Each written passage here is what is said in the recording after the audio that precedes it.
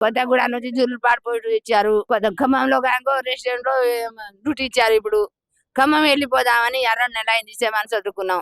సంవత్సరం తర్వాత ఇల్లు చూసుకుంటామని నా బిడ్డ. వద్దు మా నాన్న ఇంట్లో ఉండాలని అల్లుడు. వద్దు మీ అమ్మ పడని ఎదు, నీ అమ్మ వరవదు, తిండి తింటే ఏ పని చేస్తే నేను వండవు. నేను ఏరే తింటే కూడా నీ తల్లి దగ్గర నా దగ్గర వండప నేనంటే దాంట్లో వండవు. నేను ఏరే ఇల్లు చూసుకుంటే కూడా నేను చూసుకుంటా, నా బాధ్యత ఉంది అన్నది లేప. సరిగా నా ఇంట్లోనే వండాలి. ఏరే అంటే వద్దు, లేకపోతే ఈడాకులు, నీకి నాకి విడాకులు.